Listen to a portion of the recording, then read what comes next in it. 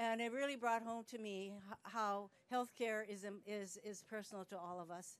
There's not a single one of us probably who doesn't think that at some point we just could be diagnosed with a major illness. And there are millions of people throughout our country who have pre-existing conditions, and there are millions of older people in our country who will be impacted by this, by Trumpcare. And so basically, all of the Republican versions of this bill, both the House and the Senate side, will really, basically what I've said is it's going to screw all of us, but particularly the oldest, poorest, and sickest among us.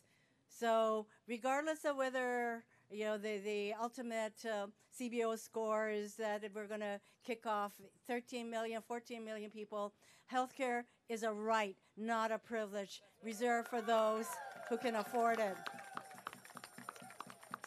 Every day that enables us to find out what's in this bill, what's being contemplated by all these people who, by the way, behind closed doors decide our fate.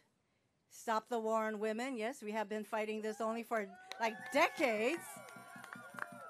So we need to come together, and I'm just really grateful that people all across the country are figuring out what's going to happen to their health care with pre-existing conditions. Millions, I said, of us who are in that category now. And in fact, I was just on Wolf Blitzer a little while ago, and even with the Cruz amendment, I said what that amendment does is it just was one more vote for Mitch McConnell.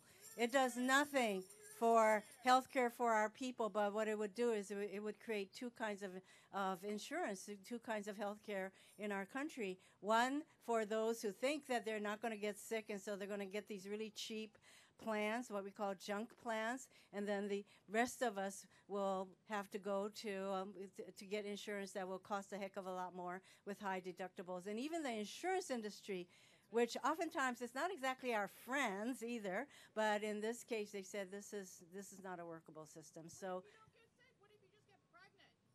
well, that is considered a pre-existing condition, or yeah. So it's crazy, right? And some of my colleagues, one of them said, why should I have to pay for pregnancy care or prenatal care, et cetera? I'm never going to get pregnant. And I said, how the heck do you think you got here?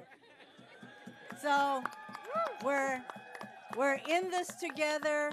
Thank you very much for raising your voices every single day all across our country, that if nothing else, this is really, truly a time when healthcare, which is personal to each and every single one of us, we have to raise our voices. Otherwise, we will get screwed, and that's not going to happen, okay? Because we're all going to be in this together. Mahalo nui loa. Aloha.